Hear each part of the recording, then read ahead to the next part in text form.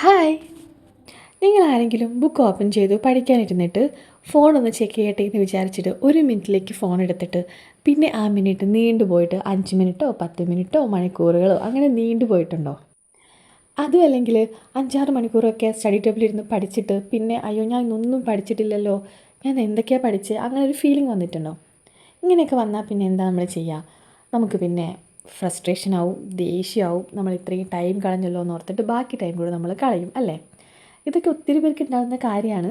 അപ്പം ഇതിനൊന്ന് മറികടക്കാനുള്ള ഒരു കാര്യം പറയാനാണ് ഞാൻ ഇന്ന് ഈ വീഡിയോ ചെയ്യുന്നത്. Pomodoro technique.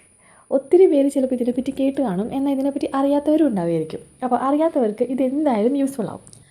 So hi everyone, welcome back to my channel. Pomodoro technique എന്ന് വെച്ചാൽ ടൈം മാനേജ്മെൻറ്റ് ചെയ്യുന്ന ഒരു മെത്തേഡാണ്. ഈ ടെക്നിക്കിൽ നമ്മൾ കണ്ടിന്യൂസ് ആയി 4-5 മണിക്കൂറൊന്നും പഠിക്കുന്നില്ല. അതിന് പകരം സ്റ്റഡി സെഷൻസ് ചെറിയ ബ്ലോക്സ് ആയിട്ട് ഡിവൈഡ് ചെയ്തിട്ടാണ് പഠിക്കുന്നത്. ആദ്യം ഞാനൊന്ന് സിമ്പിളായിട്ട് പറഞ്ഞുതരാം. ഫസ്റ്റ് ചെയ്യേണ്ടത് 25 മിനിറ്റ് ഫുൾ ഫോക്കസ് ചെയ്യുക. അതിനുശേഷം പിന്നെ 5 മിനിറ്റ്സ് ബ്രേക്ക് എടുക്കുക. ഇങ്ങനെ 4 പ്രാവശ്യം റിപ്പീറ്റ് ചെയ്യുക.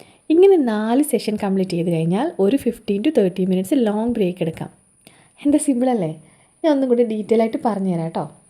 ആദ്യം തന്നെ ഇന്നത്തേക്ക് വേണ്ടിയിട്ട് അല്ലെങ്കിൽ ആദ്യം ചെയ്യാനുള്ള ഒരു ടാസ്ക് ചൂസ് ചെയ്യാം. അത് ചൂസ് ചെയ്തിട്ട് അതിന് ഒരു ഹാഫ് ആൻ അവർ കൊടുക്കുക. ഹാഫ് ആൻ അവറിൽ 25 മിനിറ്റ്സ് കൊടുക്കേണ്ടത് ആ സെഷൻ ചെയ്യാൻ. ഇപ്പം പൊളിറ്റി പാർലമെൻറ്റാണ് പഠിക്കുന്നതെന്ന് വെച്ചിട്ടുണ്ടെങ്കിൽ 25 മിനിറ്റ്സ് ആദ്യം പാർലമെൻറ്റ് എത്രത്തോളമാണ് ഫിനിഷ് ചെയ്യാൻ പറ്റുക അത്രയും പഠിക്കുക.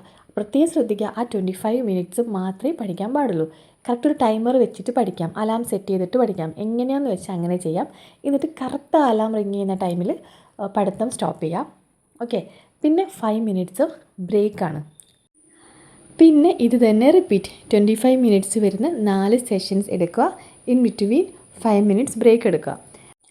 അങ്ങനെ ഒരു 4 സെഷൻസ് ആയി കഴിയുമ്പോൾ പിന്നെ ഒരു 15 to 30 മിനിറ്റ്സ് ലോങ് ബ്രേക്ക് എടുക്കുക.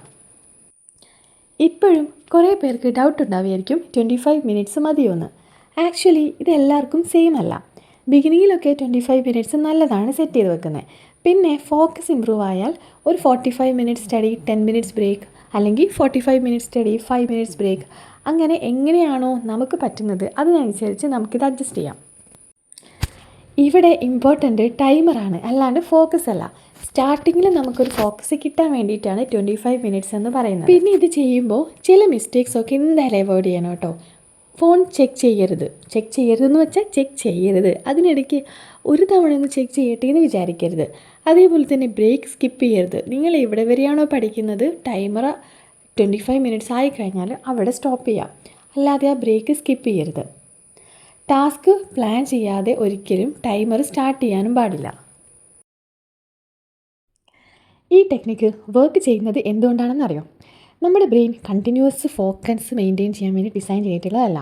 ഒരു 5 ഹവേഴ്സ് പഠിക്കണം എന്നൊക്കെ പറഞ്ഞാൽ ബ്രെയിന് അപ്പം തന്നെ നല്ല ടയേർഡായിട്ട് ഫീൽ ചെയ്യും. പക്ഷേ 25 മിനിറ്റ്സ് മാത്രം ഫോക്കസ് ചെയ്യണമെന്ന് പറഞ്ഞാൽ അത് ഈസി ആയിട്ട് തോന്നും.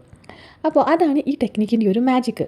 ഒരു ഈസി ടാസ്ക് കൊടുക്കുക ബ്രെയിനിന്, എന്നിട്ട് ഫോക്കസ് മെയിൻറ്റെയിൻ ചെയ്യാൻ ശ്രമിക്കുക. അപ്പോൾ ഇന്നത്തേക്ക് ഇത്രയേ ഉള്ളൂ. എല്ലാവരും ഈ രീതിയിലൊന്ന് പഠിക്കാൻ ശ്രമിക്കണേ. Thank you. Happy learning.